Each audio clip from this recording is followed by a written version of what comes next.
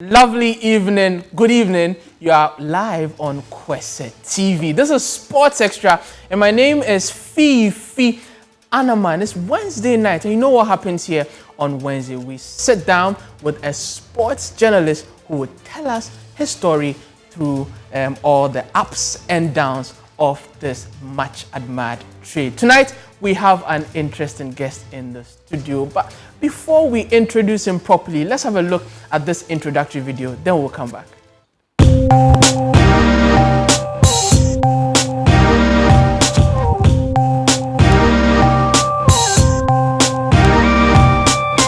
Very exciting. Well, the newspapers are ready to come to you, but I'll be telling you about the headlines for today. And of course, Kotoko and Accra Hearts of Oak have winning ways to report from the weekend. And of course, if you're a Barcelona fan, then there's a lot to worry about because Valladolid, made sure that Barcelona went very unhappy from that game at the weekend. Of course, for the Black Stars, it's some amount of good news.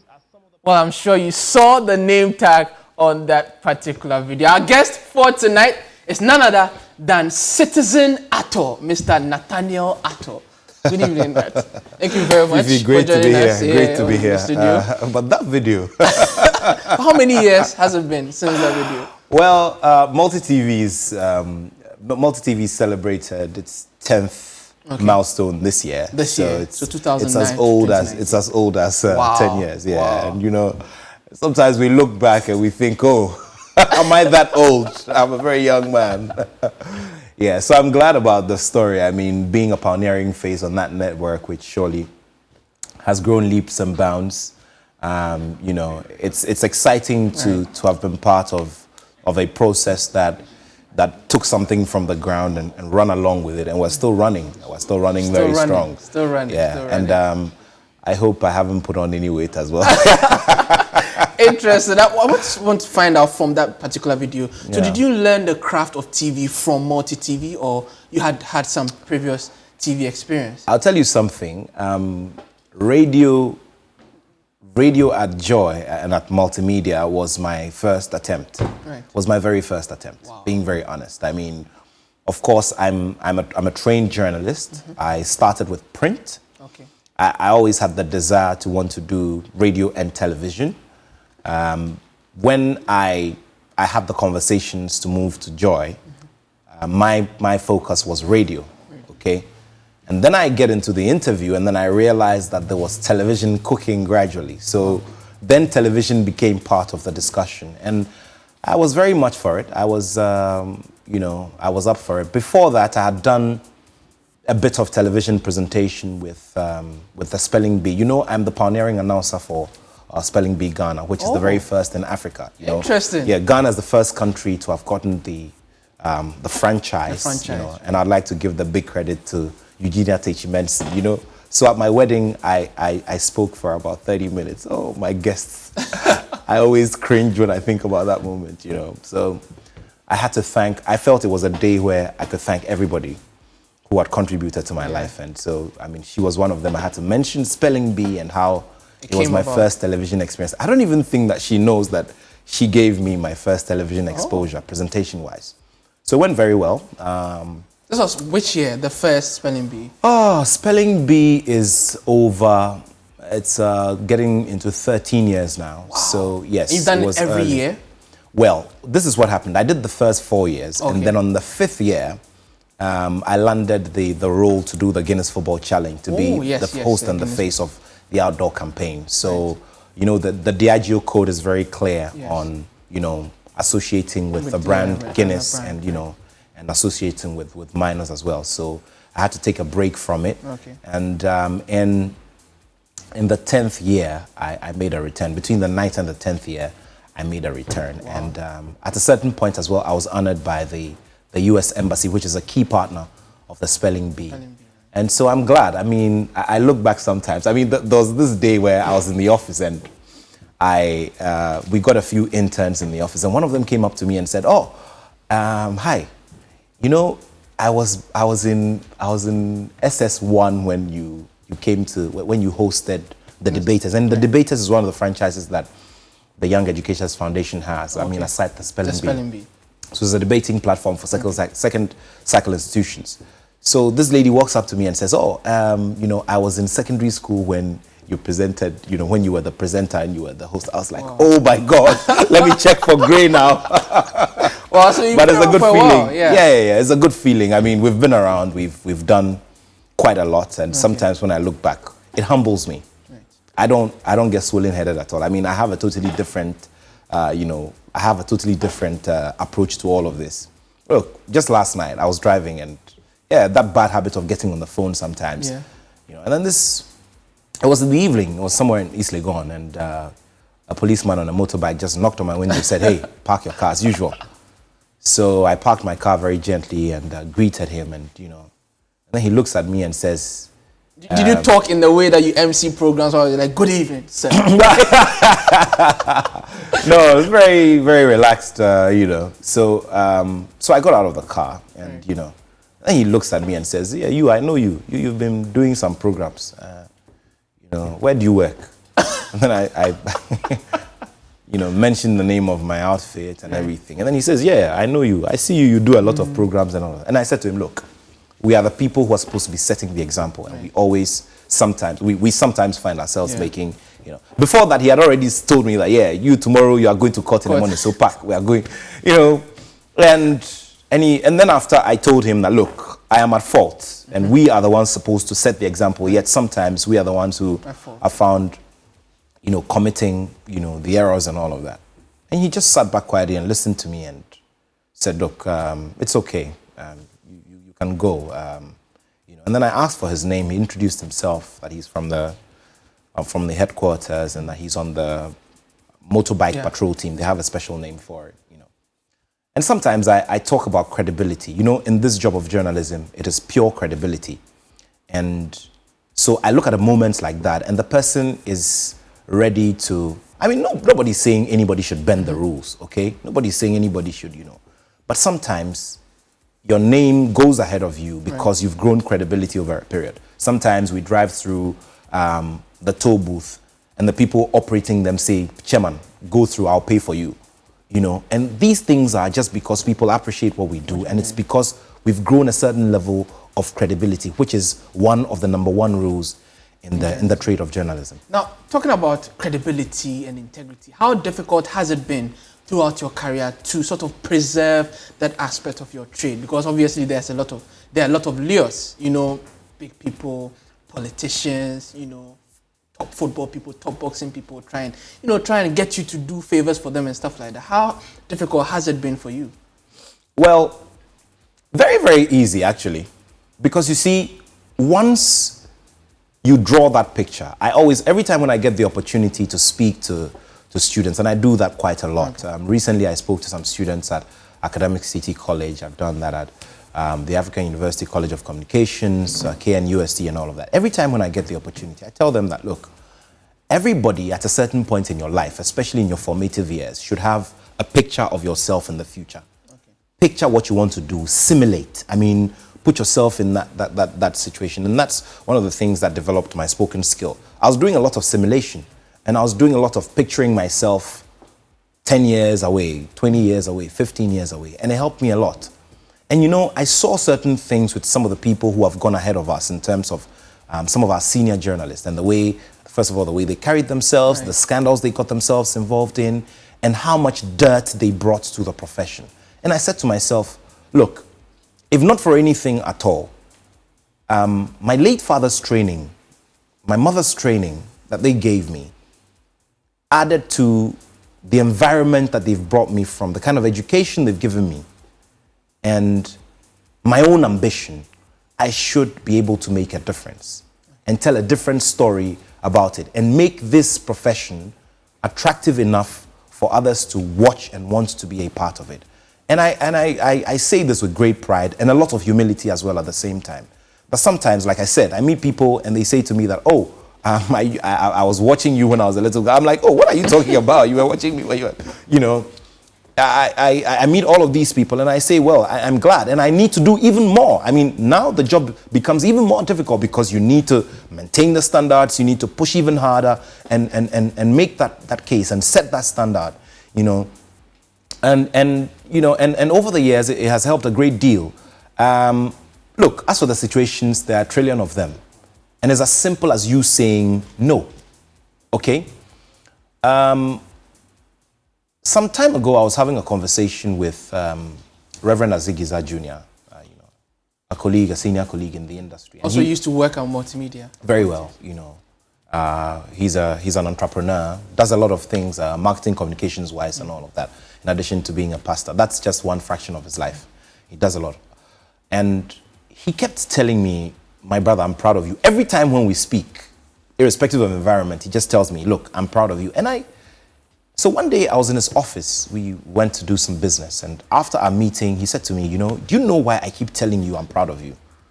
I said, well, I don't know, you tell me. And then he tells me this story about a day where he was having a meeting, didn't disclose the location, didn't tell me what the names of the people were, but he was sitting with quite a number of influential people.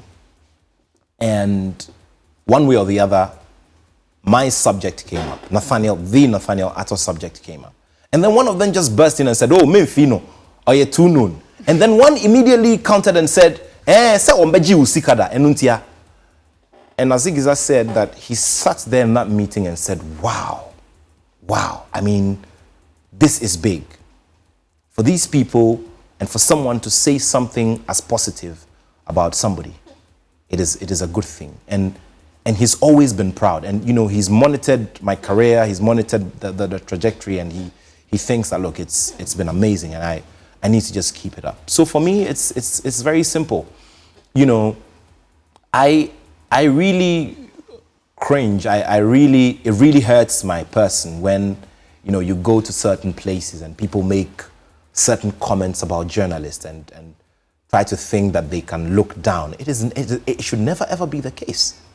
Okay? It should never ever be the case. I mean, and it boils down to the way we carry ourselves and what we put out there. I was going to come to that. People say, okay, so in terms of remuneration for Ghanaian journalists, it's a bit on the low side. So people are trying to find ways or means of surviving. That's why most of them are compromised. Is it, for your experience, is it because you found other avenues of making yourself comfortable enough? Hold on there. You've got mates who have attended law school. Yes, law school. Qualified, yes. Called to the bar. Yes. Okay. Have you had any of them complain to you that the senior colleagues are the only ones who are enjoying the biggest, especially those who are doing private practice?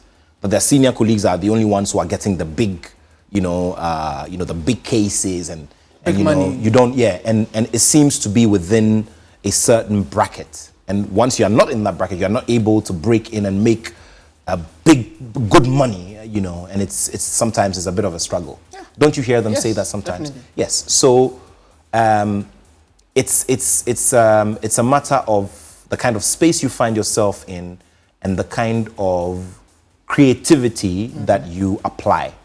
Let me explain. Okay. In journalism, you may not necessarily make physical cash. Okay? That's from your primary engagement. But your contacts are your physical cash. Your contacts doesn't mean you go knocking on everybody's window every morning to ask, oh, today is Friday. Oh. No way, that's not what I'm talking about. Something for the boys. No, that's not what I'm talking about. Remember that when you go to journalism school, there are 4 branches at the least. Right. Okay? There's mainstream journalism, there's marketing, there's public relations, and there is advertising. Right. All of these areas are already areas that you can practice in. So in addition to what you do, look, I have loads and loads of colleagues who do mainstream journalism and are running agencies and are making good money. Yes.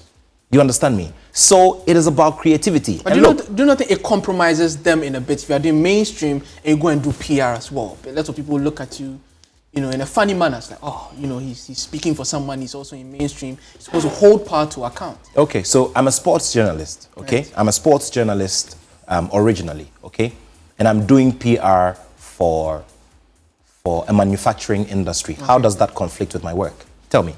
I'm not asking the questions here. In terms of what you are doing, it's a case-by-case issue. There are some people who are sports journalists who are doing PR for sports personalities. Well, that is where there's a problem. But like I said, there are many other options. Right. You understand me? There are many other options. And you see, the thing about journalism that many of the practitioners do not open their eyes to is that as you go along, as you grow your credibility and you grow your network, okay, it affects your net worth and it opens doors to bigger conversations than the kind of space you find yourself in. Because there's a possibility that you may, just based on your work, go into a space where somebody is looking for a commodity. You could have a mate who's into that area. And by virtue of your bringing the two people together, you venture into a totally different kind of business. Right. There are people in this country who facilitate business, okay? They just facilitate business. Look for people who are looking for something. They go get that something. They put them and together, bring them like together, and they make their money. You understand me? So there are so many ways by which we can be comfortable. You understand me? Yeah, I do understand that the way our media houses are structured, you know, a lot of the time, people who own these media houses are people who are doing it purely based on sentiments and purely based on emotions. So the can-do spirit without looking at the reality of the situation as well. Because look, in this country, selling airtime, radio and television has its gurus. Okay, you'd mentioned Kwesi Chum, you mentioned Despite, you mentioned a few other people. They are the gurus when it comes to selling radio and television airtime. And they have 20 years of experience to show for it. You understand me? So people go in there, oh, they've made some good money. They think, okay, I have this business outfit. Okay, owning a radio station makes me powerful. But go back and study the business modules around the world and see the reason why at certain points in business operation, they decide to add media outfits. So, I mean, you have a business that doesn't make, what, $1 million a year. You have a business that doesn't make $500,000 a year. Yet you want to add on a radio station. To do what? And to grow what? Because remember that you're coming into a market that is already saturated. It has market leaders and market shakers. And those people will always go to the advertisers and the people who have the money to take the bigger chunk of what is left. And then you, the little or the smaller outfits, have to fight for the little that is left. And it's not easy. You understand me? So a lot of people come in there, they set up these outfits, and then they operate just anyhow. It will interest you to know that there are people who have set up radio stations and have handed salaries to staff by hand. In this country, people who are supposed to be business leaders, they are these same people who are on social media and are all over on platforms and are advising people. You understand me? They have handed money over to people, they've handed money physically. Who does that in this day and age? You understand me? So it is about you accepting. Look, I've had a bit of a journey myself. Right. I mean, I've found myself in places where I was supposed to go and do internships, and the owner of the owner of the newspaper doesn't even think that he needs to see me before I start work. I want to see the owner of the newspaper before I start work. He doesn't see it necessary. And the office is somewhere in some building somewhere. It doesn't open on certain days. And I say to myself, no, this is not what I'm looking for. If you decide to accept it that way, fine. So you see, it is about us standing up and saying, no, we need to start moving the image of the profession to one higher step. You understand me? And it behoves on all of us to do that. I mean, I remember once I attended a charity dinner at La Palme. Right.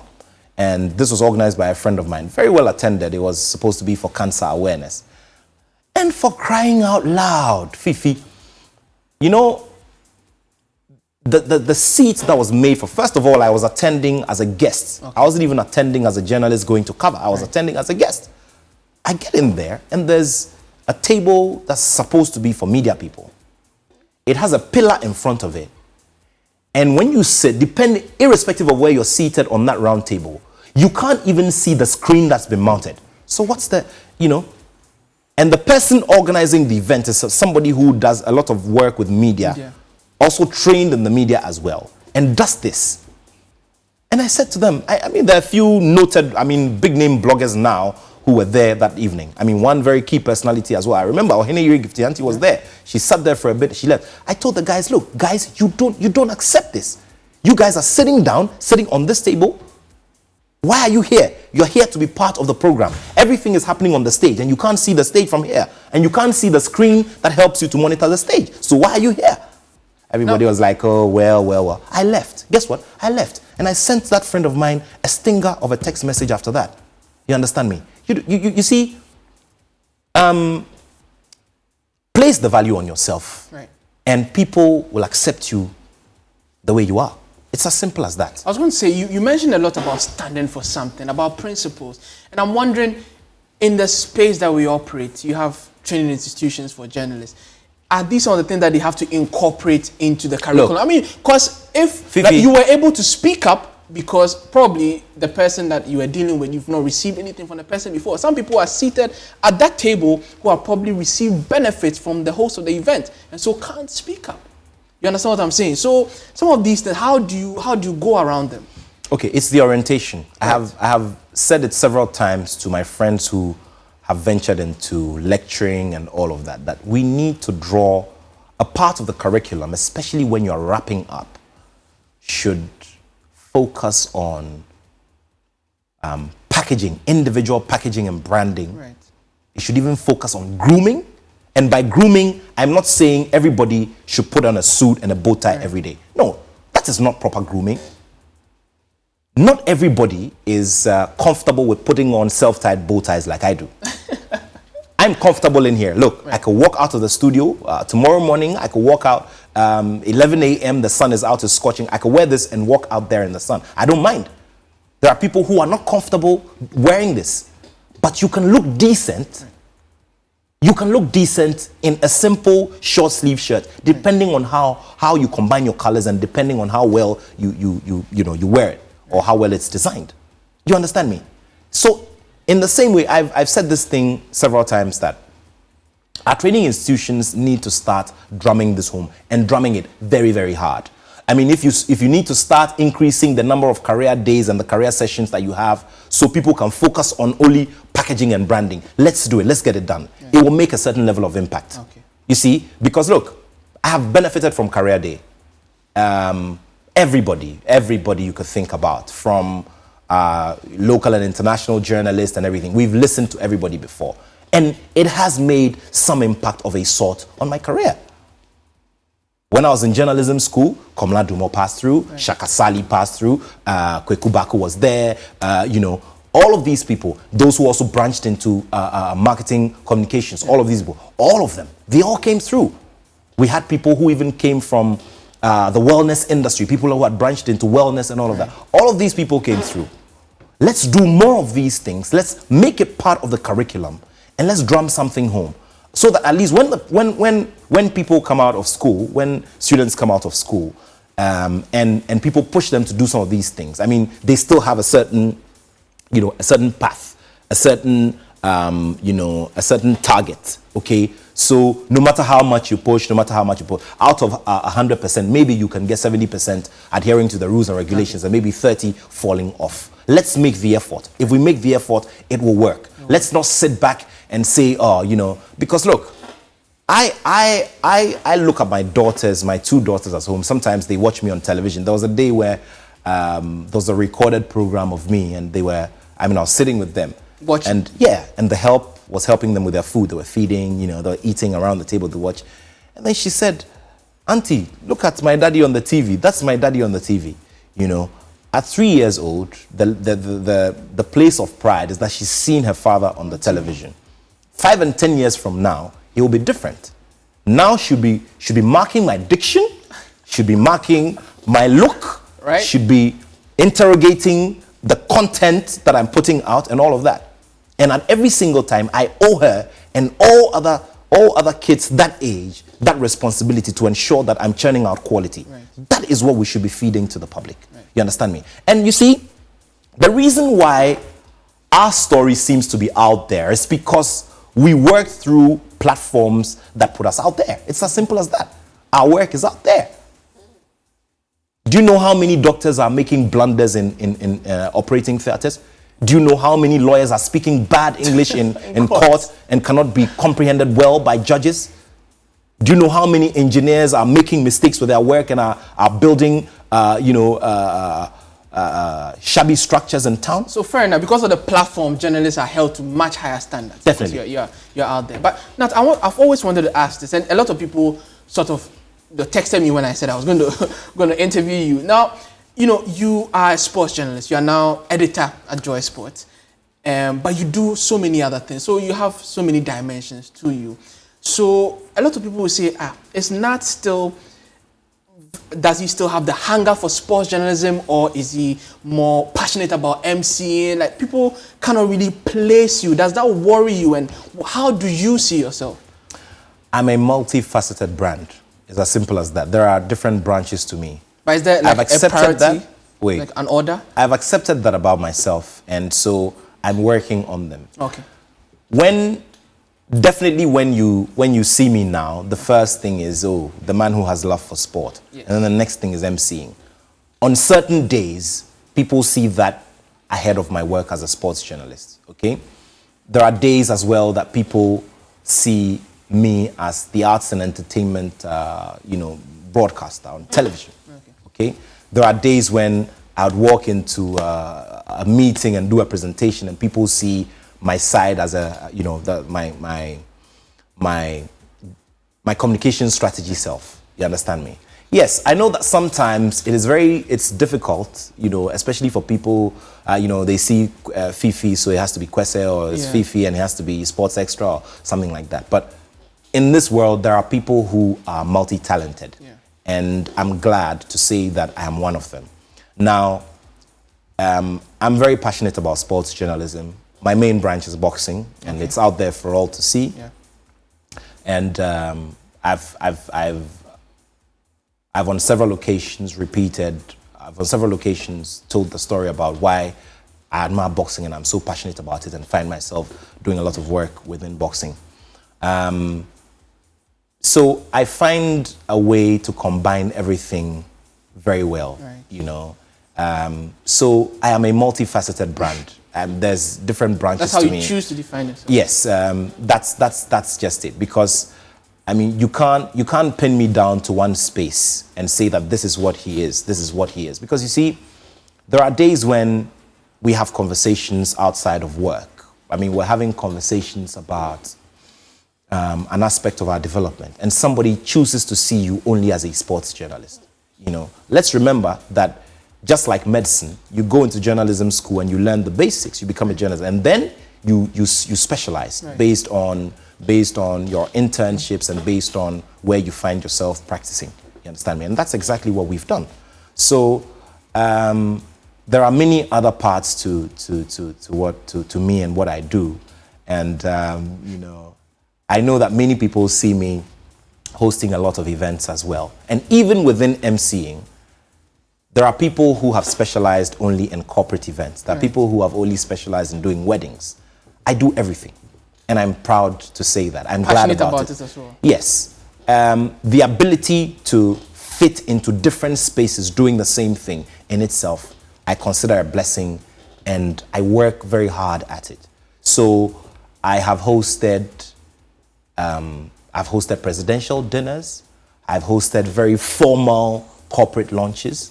I've done musical concerts. I've done children's, children's fun fairs. Right. I've done book launches. I've done, name it, and I've done it. So it goes back to the conversation we were having earlier about building yourself so that you insulate yourself from influence. Yes. Right. So with that, first of all, I think that many people... Okay, let me give you a quick story. I have a colleague called Kofi Idionum. He's the editor for sport at Daily Guide. Okay. Kofi was at Graphic Sports a few months earlier than I joined for my internship. Yeah, he had his national service at Graphic Sports. So he's a senior colleague of mine, and he's a year ahead of me in journalism school. One day we covered an assignment together, and he had done a story that had gone against a federation's general secretary. Okay. So we approached this man. He said, Kofi. And Kofi, when he started, used to do a lot of flying ties with shirts, very clean. Now he balances that look with clean African, what the Nigerians call senator. Now, and Kofi used to dress like that when we were in school. When we were students, yes, every day. So we go to the stadium, and I mean, of course, I'm the greenhorn, so I'm just walking behind him. We see this man, and this man is so upset about the story. You know, Kofi, you know, that boy, you know, I taught that boy how to cycle. That boy, I taught him how to do this. And today, he thinks that he can get back at me. But oh, Kofi, you see, you are a gentleman. And you see, I don't want to associate you with those things. Huh? And you see, you shouldn't be doing those kinds of stories. Long and short, this man kept flipping, was very, very livid, would go back and forth, and would have done that to anybody else, but just because of the way Kofi carries himself. I mean, this man just couldn't find himself taking a swipe at him or flying an insult or two at him. And those were the things that encouraged me. And I said to myself, you see, the first point of call is the first meeting. Right. That you make a certain impression on the person from day one, so that they know that, look, this person is different. You know, find a different way of approaching your interviews, the way you approach people, you know. I mean, and that's the reason why it is an all-encompassing, you know, discipline. Right. You need to read a bit of human psychology as well. That, yes, you're looking for your interview, but remember that if you call somebody at 10 a.m. in the morning, you call somebody who probably is a lawyer, 10 a.m., somebody who's in private practice, you know that they're on their way to court. So it's not a good time to go on there and try to look for information from them. If you call them around 3 or 4 p.m., you're likely to get what you're looking for. You know, I'll refer to another instance where a colleague of mine, back at Multimedia, back in the day, he called a former minister. I mean, she's passed on to glory. God bless her soul. The late Gladys Asma. And it was an issue on fishing, and I think that the person who had taken over from her was, you know how they sometimes accuse each other. And my colleague, Sami Dako called the late Gladys Asma and said, "Ma na ohunden speaks Fanti with her, no English. Ma, good afternoon." And I was standing next to him in the newsroom. Says, "Ma, good afternoon. Na ohutin then. Oh, na ma, na say I is sweet pao. Na enyim there, you know them na waban the all ministers also aye day na day." And then you know what the woman said to him? "Oh, but thank you so much. Enyim bibia, share be some question bia no me answer." They hit the right nerve right from the beginning. Exactly. And you see, sometimes you need to these in schools. I mean, some of these things and you pick up as you go along. You so know, people are allowed to make mistakes and then figure out. That is where I would say there's a lot of responsibility on the people who teach us, right. Our lecturers, our professors, and all of those. You know, they need to reinvent the wheel. They need to, have creative ways of doing things. Now, a seasoned marketing professional, he's one of the big names in marketing and practice in Ghana. He's in charge of that operation at Stanbic Bank. Mr. Malko Afajinu, he's the president of the Ghana Table Tennis Federation as well. He was my lecturer in school. And at that time, he was one of the few lecturers who used to collect his assignments by mail. Okay, put him aside. And of course, another person, Mr. Alex Boating. Mr. Alex Boating was my lecturer in one of the PR courses. You know, I majored in PR. Yes. At GIJ. At GIJ, yes. And Mr. Alex Boating was one of my lecturers. Mr. Alex Boating is a seasoned IPR professional. He served for a very long time, as its scribe, Alex Boating, every time when he comes to class, he'd bring a scenario or bring a topic of national interest or a current issue that's flying around. Puts that topic on board for 5 or 10 minutes for everybody to discuss. You know what that does? First of all, even if you're going to write a test which you know is going to be very difficult, it calms your nerves as a student. If you are an introvert, one way or the other, it stirs up your internal juices and brings out that extrovert from you. You understand me? And then at the end of the day, it helps you as a student to learn, because in that environment, you have one person who probably is already practicing in that field, that related field. There's one person who's already, who has an experience in that field. All of these people bring their views together, and you end up learning something big ahead of that theoretical lecture. So our teachers in our schools also need to to adopt different styles of teaching. It's going to go a long way to help all of us. Our teachers have to adopt different styles of teaching in order to hone the skills of the upcoming generation of journalists. Mr. Nathaniel Attoh has been our guest on the Storyteller Story series. But before he signs out of our studio, here is a VIP voucher from Serenity Beach Resort located in Sakumono.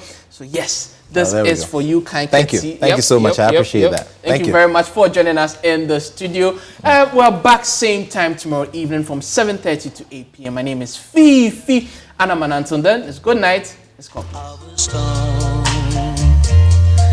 There's a goal.